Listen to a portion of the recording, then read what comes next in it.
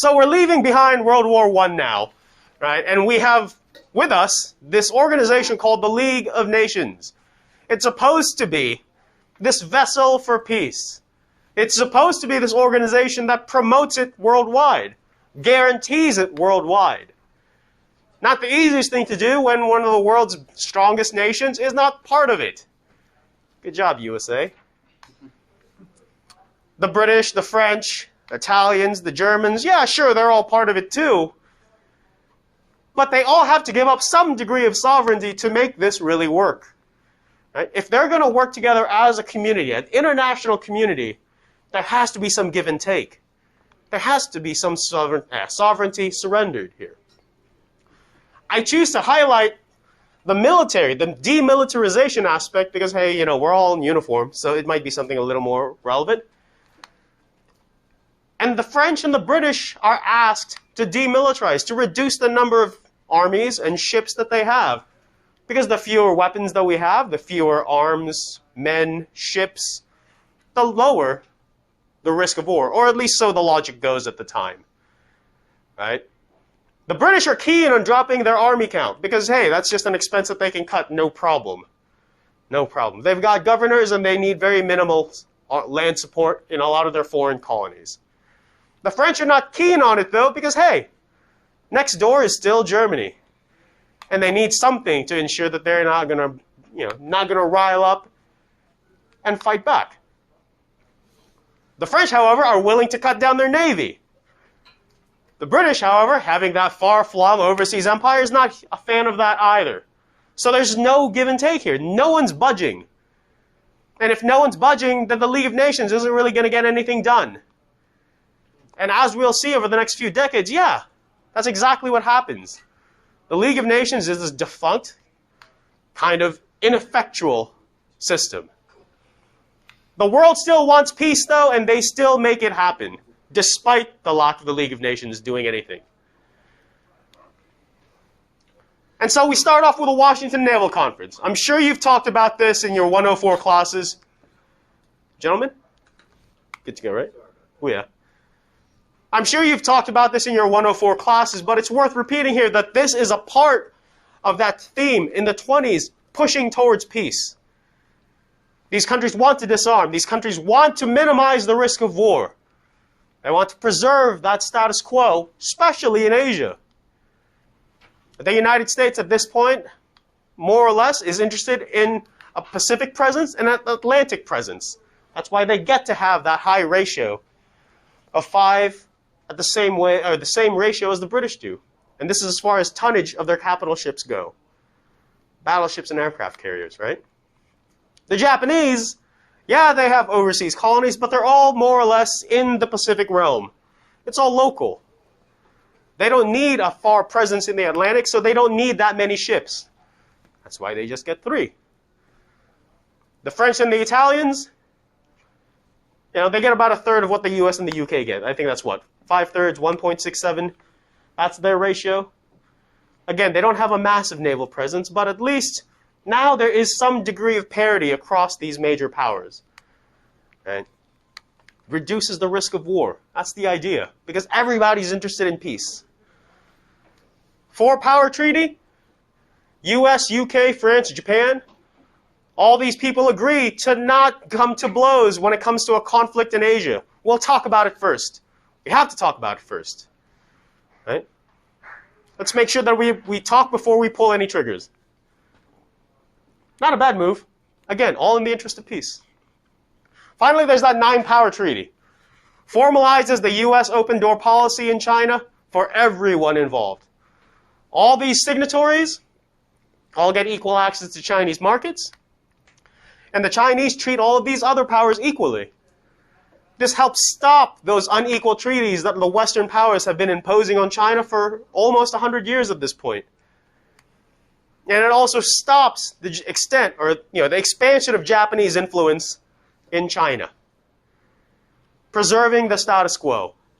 Making sure peace lasts. That's the theme. You may have heard of the spirit of Locarno. Locarno is just this town in Switzerland where a lot of these border treaties are signed. But again, the idea here Peace, preserving peace, promoting peace. That's the spirit of Locarno.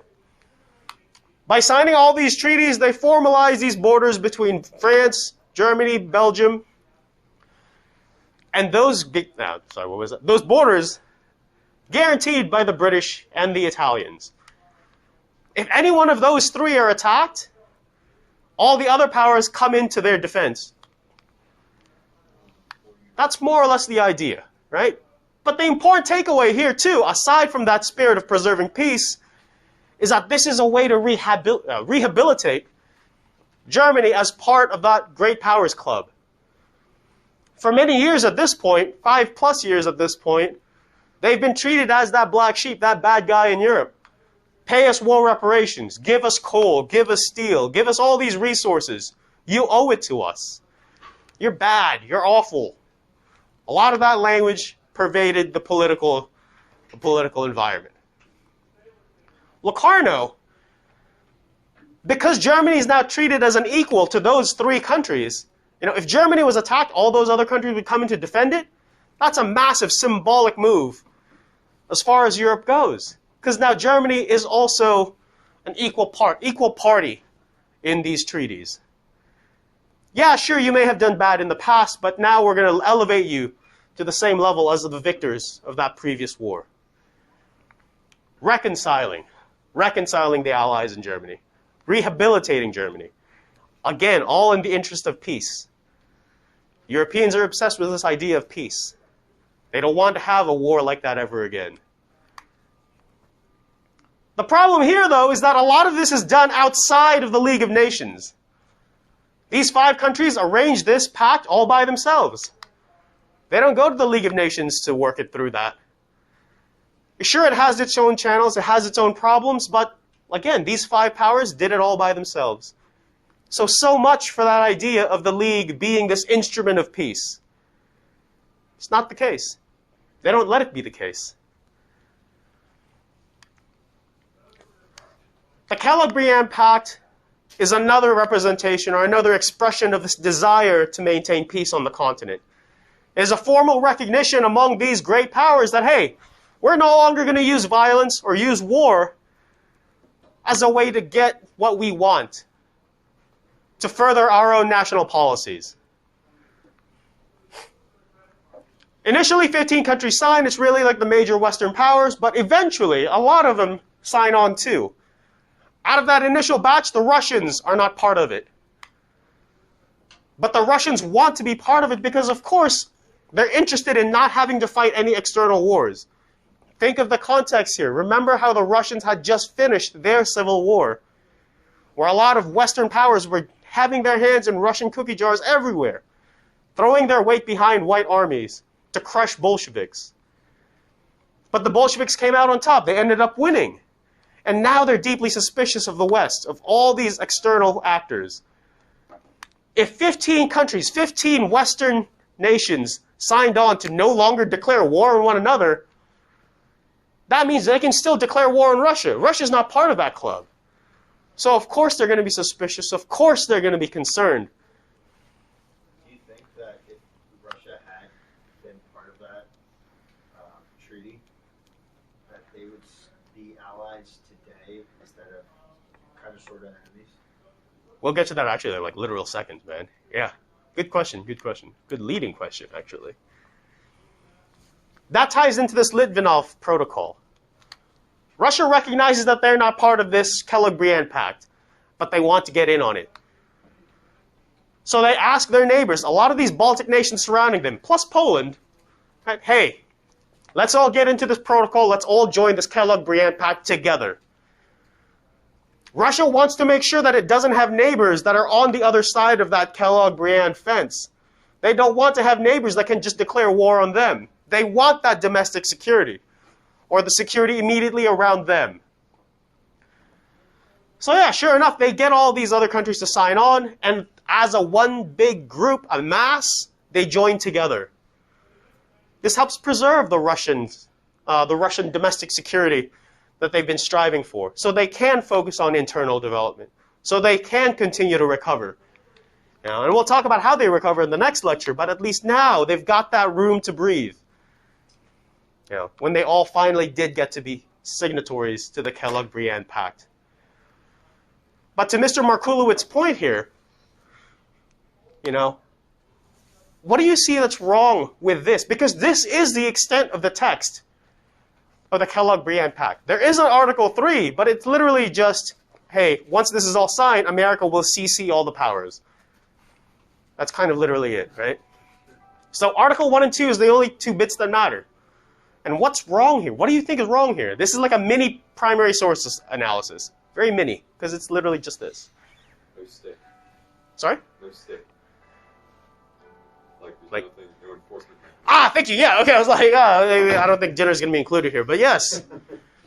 Yeah, no enforcement policy. That's a major one. What else? What else?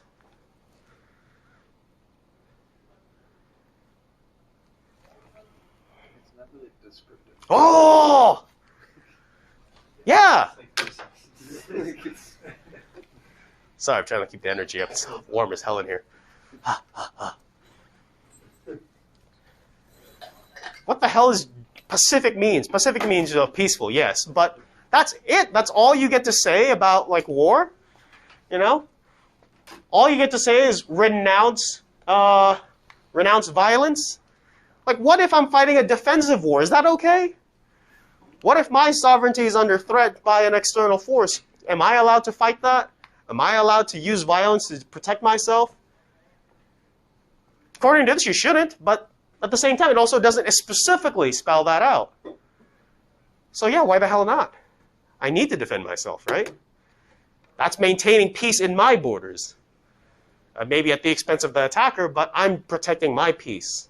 And that's the line of reasoning that countries like Japan use to invade Manchuria.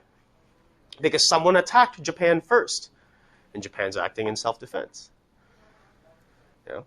The Soviets similarly used that later on, and a lot of other countries just play into that loophole because it's so vague. It's so vague. Right? And I put this entire text here because, yeah, I wanted to highlight that vagueness is just setting these countries up for a bad, bad, bad time. Yeah, and that's literally it. That's all the text in that pact. It's kind of embarrassingly short.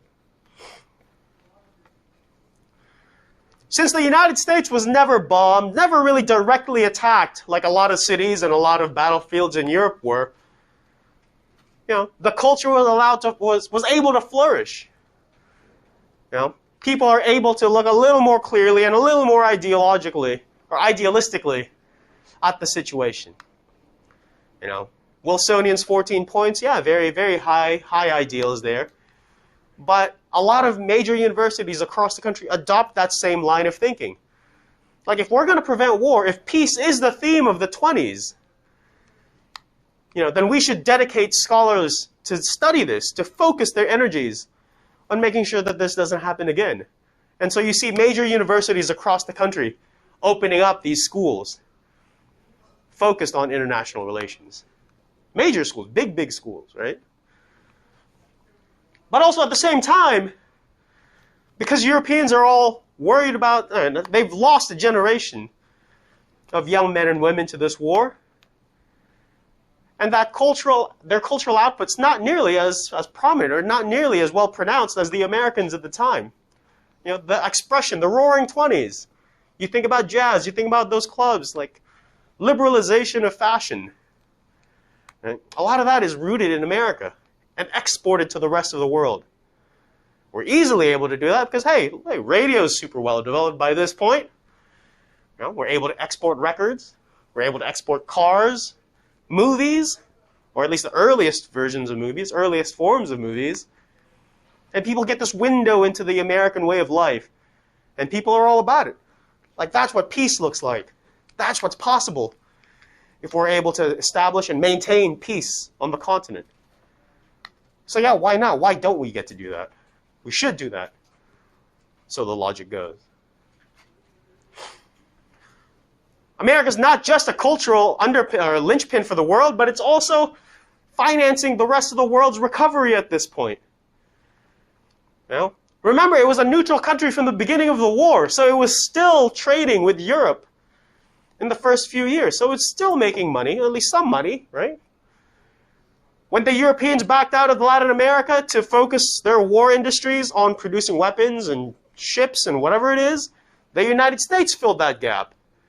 They conducted trade with Latin America and made that money. The United States is a rich, rich nation, especially at the end of the Second World War. They're able to finance recovery. All that money going into Europe to rebuild houses, buildings, roads,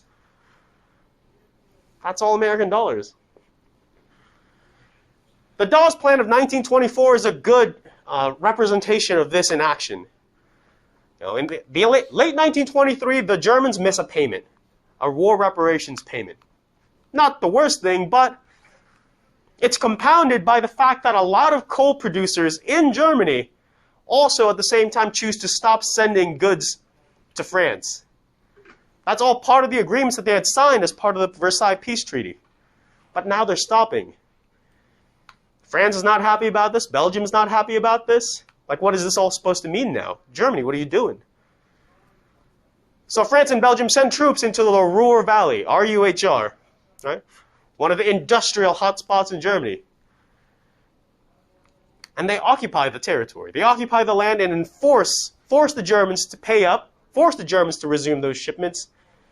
And the rest of Europe sees this as a possible hotspot. This could come to blows. This will come to blows, some conclude. Americans looking across the ocean recognize the problem and want to avoid this from sparking to another war. Especially since it's right there. It's easy enough. The troops are already in place. So they execute the Dawes Plan. And essentially, it's just America giving a ton of money to Germany so that Germany can rebuild, pay off some of its loans, stimulate its economy, and get that German industry and economy back up on its feet a lot faster. Because the Germans will recover faster, they'll be able to pay loans back faster, especially those war reparation payments back to Europe, back to France and Britain, and all those other parties. The faster those people are paid, the faster they can also pay back the United States. Right? So again, the United States is funding all of this because they've got the money. And it works out pretty greatly. For the most part. But all that is dependent on the United States' economy and the people staying productive and actually staying afloat. If the entire world's stability is based on the United States' economy, what happens when that economy takes a tumble? Oh God, oh God, oh yeah, it's pretty awful, I'll say. It's a bad time. It's a bad time all around. Actually, get the lights real quick. I really don't want to close this door because it's just going to get warm in here. Oh, God, man.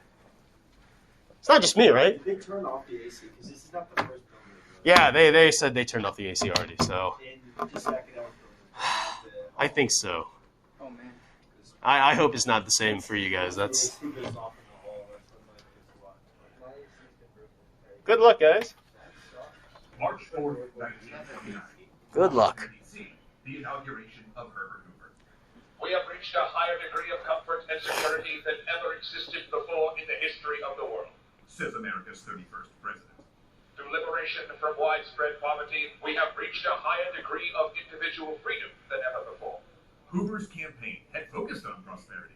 Though he had not personally approved it, a local campaign flyer had stated that Republican policy had put a chicken in every pot and a car in the backyard. In no nation are the institutions of progress more advanced. In no nation are the fruits of accomplishment more secure. In no nation is the government more worthy of respect. No country more loved by its people. I have an abiding faith in their capacity, integrity, and high purpose.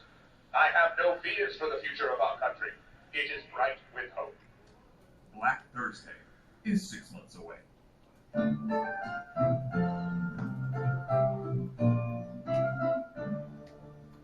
The month of Hoover's inauguration. One number is on the lips of every trader on Wall Street. 381. An all-time high for the Dow Jones Industrial Average. From the outside, the economy looks strong, but there are worrying signs. For 9 years, the stock market has climbed, increasing sixfold from its level in 1921. And the relentless upward trend makes investment look like a sure thing. And throughout the second half of the 1920s, more people buy into the market than ever before. And not just stockbrokers or captains of industry. Factory workers, restaurant owners, and even shoeshine boys are all putting money in. One market analyst says the Dow has reached a permanently high plateau. Steady gains make investing seem like easy cash, especially because you don't even need money to get into the market. Because stockbrokers at the bank offer loans for investors to buy stock, a practice called buying on the margin. And the beauty is, everybody makes money. With the upward climb of the market, you can put down 10% of a stock's worth, take out a loan from your broker for the rest, and then sell the stock when the value goes up high enough to pay off the loan and net yourself a profit. People mortgage their homes, even their businesses, to buy stock, sinking all their savings into it. And why not? It's a sure thing. Unless there's a margin call, because the stock is actually the collateral for the loan. So if the value of a stock drops, the down payment the investor has provided has essentially shrunk. In that case, the broker who lent the money can ask the investor to immediately provide more money to repay a minimum amount of the loan. And if they can't, the investor then has to sell the stock to cover the loan. But investors aren't the only ones borrowing money. Easy loans and installment buying have fueled the economic boom of the 1920s. Businesses take out loans to expand, families buy new household goods and home improvements, and Henry Ford offers the Model T in installments, creating a massive boom in auto sales that in turn fuels the American steel, glass, petroleum, and rubber industries. And most crucially, farms borrow money to mechanize. Pushed to surge crop production during World War I, farmers borrow money to both expand their acreage and buy tractors, harvesters, and other equipment. The problem is, this new production capacity floods the market with cheap agricultural goods, making it now more difficult for the leveraged farms to make money. In other words, America is stuffed with bad loans. In fact, by 1929, the Federal Reserve Bank of New York is so worried about buying on the margin that they raised the lending rate to discourage borrowing. But this, unfortunately, has a knock-on effect. Central banks in Europe now feel they have to match the new rate, sending many of those nations, still recovering from World War I, into recession. This sudden uncertainty, along with a well-respected analyst saying that they believe the market is overvalued and might crash, trigger a few market shocks in October. But the Dow always recovers its value before the end of the day. Until October 24th, 1929, Black Thursday. The shouting starts right after the opening bell. Sell! Sell! Sell! A feeding frenzy. No one knows what's happening, but investor sentiment has soured, and the panic is infectious. Minutes into the trading day, the market loses 11% of its value. Floor traders shove, scream. So many trades happen so fast, the stock ticker that brings the market real time to traders across the country can't record the wild fluctuation in price, meaning stockbrokers in Chicago and California are trading based on prices that are 4 hours old. People begin gathering outside on the street, sensing the chaos. Rumors fly around Wall Street that stockbrokers are committing suicide, leaping from the windows of their buildings. But these reports are false, fed by the death of a German chemist who had really, though accidentally, fallen out of a hotel window. However, in the panic, the public takes these rumors as gospel. In a back room, several titans of banking meet to try to halt the chaos. There's the head of Chase National Bank, the head of Morgan Bank, and the head of National City Bank of New York. These men remembered the last financial crisis, the panic of 1907, where the market had lost half of its value within 3 weeks. And the market only steadied when J.P. Morgan had gathered a consortium of banking friends to make big investments in both the stock market and the banks. They decide to do the same. Between them, they gather a pot of money and hand it to Richard Whitney, vice president of the New York Stock Exchange. He walks onto the trading floor, attracting everyone's attention, and makes a huge buy of U.S. Steel, offering a price well above what it's currently trading at. Then, he does the same for other major companies, showing his faith in the market. It has the desired effect. The market begins to climb, and at the closing bell, it's only lost 6.38 points. But it isn't over. Though the market has temporarily calmed, that big drop has shaken traders' faith. The margin calls start going out, and all over America, dinner cooks, busboys, and farmers pick up their phone to find out they suddenly owe their brokers money due immediately. Some amounts are massive, $500, $1,000, sums that in 1929 you might not even be able to cover by selling a car or a house, even if you could sell a car or a house that fast. But people most certainly try. October 28th, Black Monday. The opening bell signals pandemonium. Floor traders shout and shove. Everyone wants to get out of the market. Well, some don't want to. They have to. Selling stocks to repay loans because their clients couldn't pony up enough for the margin call. And everyone wants out fast. Values are tanking so quickly that the difference between selling now and selling 30 minutes from now could mean another 10% of value loss. And there's such trading volume that some trades are never even recorded. And by the end of this day, the Dow has lost another 12.82% of its value, and the panic continues. October 29th, Black Tuesday. The market won't stop bleeding. People are getting into fistfights on the trading floor. The problem is that even though everyone is selling, no one's buying. It keeps going down, down, down. Shell-shocked floor traders look at each other, trading slips spilling out of their pockets. Some are now so worthless, they leave them on the floor. The market has dropped 23% in 2 days and would keep dropping. Another emergency stock purchase by banking consortiums would lead to a one-day boost, and it would even rally the next month. But the Dow entered a steady descent that would not hit bottom until mid-1932, in the depth of the Great Depression. But it's important to remember that the crash and the depression are not the same thing. Historians still argue about how connected they were. In fact, the depression proper would not hit until months later, when banks started to fail from bad loans and unemployment rose. Then, as today, it's important to remember that the stock market isn't the same thing as the economy. The Dow Jones recovered faster than the country as a whole, but the crash shook consumer confidence and wiped out the savings of small investors, leading to fewer purchases of items like cars at a time when auto manufacturing was a large part of the American economy. Whether responsible for the Depression or not, the 1929 crash would symbolize the start of very hard times. Within a few short years, Ford's assembly line ground to a halt, sending unemployment in Detroit to 34%. Half of construction workers were without work. The country watched the U.S. Army deploy tanks and tear gas against the World War I veterans protest, and great dust storms tore across the plains, making it snow red in New England. A decade of disasters, ecological, financial, and deeply personal, all heralded by the Wall Street crash. And while I'm sure we'll cover the Depression in more detail someday, for now, it is good to remember that as hard as those times were, we got through them. It took perseverance and cooperation, but we did recover. Even when things looked dark, we came back. Until next time, stay safe, everyone. Legendary thanks to Woo, America! Oh, shit.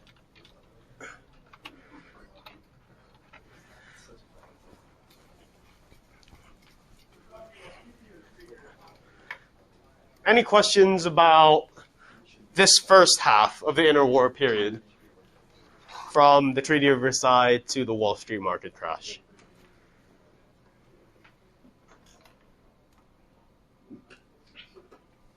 Sweet. So I've gotten a lot of inquiries about the research paper that we have, and the bottom line here, yeah, it is an argumentative essay, not a descriptive essay. I'll get to that in a second. But a lot of the notes and a lot of the material that we're going to talk about in the next few minutes is really just answering these generic questions that a lot of people have already emailed me about. So, with that said, any for major concerns first, actually, about the paper? Anyone have anything like that's really concerning them or really hung up on that they want to talk about in class and get a good answer? Okay, cool. So again, you are writing an evidence-based argumentative paper. And this is very different from an expository essay, where you're just explaining what's going on in a system. You know, if I wanted to ask you about how a car works, you'd probably break it down into like the engine, the tires, the suspension, and all that. But in this paper, I'm asking for you to make an argument on a very broad topic. And your argument is supposed to be a very finely crafted and direct answer to it. On what is modernity? Or what do you think helps define modernity best? Man, it's nice out. You know?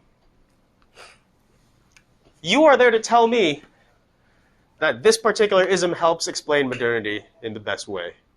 Right? And there's a lot of different ways to cut it. You can look at it from a socio-political angle, look at it from a conflict-based angle, like where people are constantly fighting or people are competing for resources, or maybe cultural or material. How do people interact with things? How do people interact with one another? Right? Or how do they interact even with ideas? Right? A lot of different ways to cut that. A lot of different isms, a lot of different ideas. A lot of these we've talked about in class, and we've got plenty of examples from class, from the readings. Right? But one big takeaway for this slide is please use historical evidence. A lot of the stuff that we've talked about, and a lot of the sources that are in the textbook, the sources that you've used for your primary source analysis, the sources that we've read in class, that we've looked at together, all of that stuff is fair game to help support your particular argument. A lot of you have already gone into Nimitz and a lot of other online databases to find good primary sources, even paintings, right? Even speeches. All those are great for this, but you need to use historical evidence. You can't just say, you can't just make unilateral claims about an idea and expect me to believe you without backing it up. Use evidence to support your claims. As far as constructing your paper goes, I'm just going to walk through this outline, but I've posted a sample outline in Google Classroom. I hope some of you have had a chance to see it. Right? And we'll really just walk through that together here. To start off your paper, think about what the world looks like to you. There are, 19 people in this class, and everybody's going to have a very different answer for what this is going to be like. If a person from the 1500s just randomly popped up and asked you, what the hell is going on here? Where you start answering their question is probably what stands out the most to you about the modern world. You might tell them first about the televisions or the phones that you have in your hand. That's maybe suggestive of the fourth industrial revolution, the internet being the most important thing to you. How material goods have changed our lives. How technology has changed our lives. Right? And there's a lot of great historical examples for that. Think of the first industrial revolution, how factories changed family relationships, right? How railroads transformed how we move through space and time, how steamships shrank the world. Right? Those are all ways where technology has changed our lives. That's an aspect of modernity you can write about. Right? Again, what stands out? What's the most important to you? Think of that time traveler from the past just popping up. Your first answer, that's probably what matters to you the most. And that's actually literally what I just said. How do you connect that answer to an ism? You connected the phones, you connected the TV to the Industrial Revolution. Now you take those two ideas and you put it together, and you add some stakes to it. In my case, in the outline I posted, I wrote about internationalism. How countries work together to solve problems, or pool resources together to solve problems. My thesis was something along the lines of modernism helps us better understand the modern world, because without it, the world descends into chaos, they start fighting wars, they start pursuing their own interests. Right? Instead of cooperating, they just compete. And that's not a very good modern thing to be. And so that's this first bullet right here. What happens if your ism didn't exist? What does the world look like? Is it good? Is it bad? Is it modern anymore? Probably not. Maybe. But the second part, maybe your ism helps us understand the world better. The modern world might look like a place where people can participate in their government, where people are free to live the lives they want to live. They're free to go to work at X, Y, and Z place. That might be an argument for liberalism. The historical sense of liberalism, right? Again, think of this in historical terms. Try not to get too caught up in that political aspect of it that dominates media today. Think of things historically. What was liberalism originally all about? What did the Enlightenment thinkers think about when they were writing and forming the foundations of liberal governments everywhere in the West today? Use that as your foundation to explain liberalism, because it is historical. Right? Now you start moving on into defining your idea or defining your ism. Remember, a few weeks ago we read Benedict Anderson's Imagine Communities. He spent 3 or 4 pages just defining nationalism. One word. He spent a long time defining one word. He broke it down into multiple terms too, defined those terms too. 4 pages for a whole book, but I'm only asking maybe 200 words to define your one ism. It's not bad. For the scope of 5 pages or 1250 words, that's not a bad deal. but it helps you and it helps me so that we are on the same page. If you're talking about Marxism, there's a ton of different types of Marxists. There's a ton of different branches of that school of thought. And so that's your opportunity to narrow it down. You know, don't lose your audience because you're talking about apples and they're thinking oranges. All right? That helps your argument become a lot sharper and helps you get to the point a whole lot better. Providing evidence and examples. This, if you had been playing the game right, you could just reuse or rehash a good chunk of each of your primary source analyses. Right? Throw that into this definition of modernity that you've set up for yourself. So if you play the cards right, half of your paper, probably more than half of your paper is already done. That's fairly simple. The counter-argument might be something you need help for. Come talk to me about it. Email me. Schedule some EI with me. Or literally just drop in. I don't mind. I got nothing else to do. I have no life. Right? Or go to the writing center. Ask a peer. Ask a history major on campus. Hey, here's my argument. You know, is there anything wrong with this? Ask someone who's well-read, who's familiar with a lot of ideas. Hey, here's what I think. What is weak here? What's going on here? Am I wrong? If they're willing to help you, they'll probably point out, you know, you can improve this argument. Or, hey, this is a flaw in your argument, and then this is your window to write about that. Like, no single argument is perfect. No argument is completely airtight. Right? But at least you can address the flaw, or at least minimize the impact of that flaw through this. Finally, end your paper with a conclusion and talk about what's at stake here. Right? Why does your definition matter? Why does your interpretation of modernity, you know, why is that the most important one? Or why is that the best one? Or, you know, why should I believe you? Why should I adopt your thinking? What do I have to gain or what do I have to lose?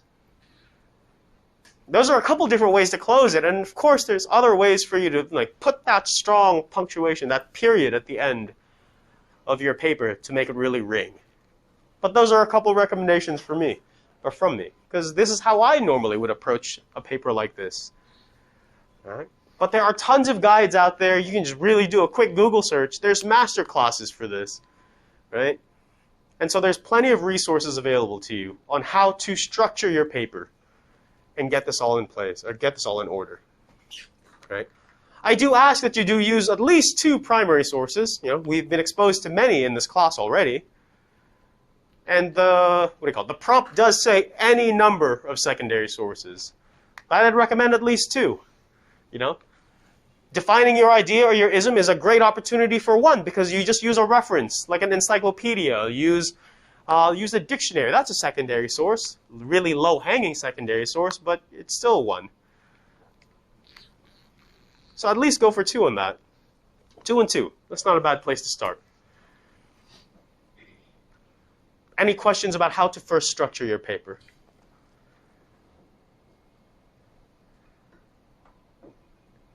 Yes, please. Is this PowerPoint going to be up in the Google Drive? Yes, I'll put it up as soon as class is over. Yeah. So this is a recommendation. It doesn't have to be absolutely like this. But I'd say it's a good place to start.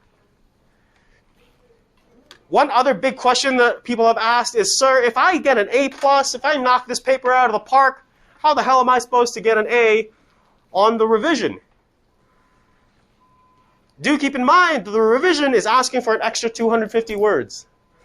Right? It's a longer revision of the paper, and that's an opportunity for you to add an extra bit of argument or an extra piece of evidence, or address another counter-argument. Maybe your initial argument was not as strong as you thought, and you identify, oh shit, I missed that little bit right there.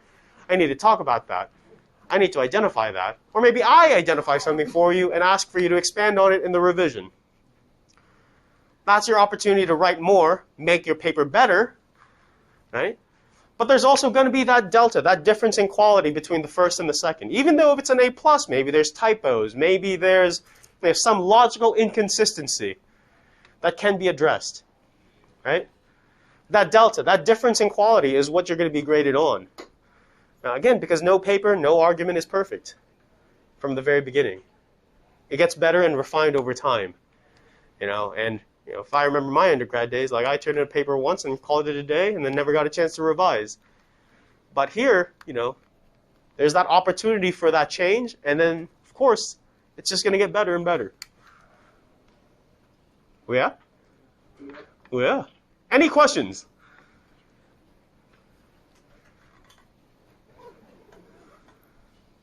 C'est bon.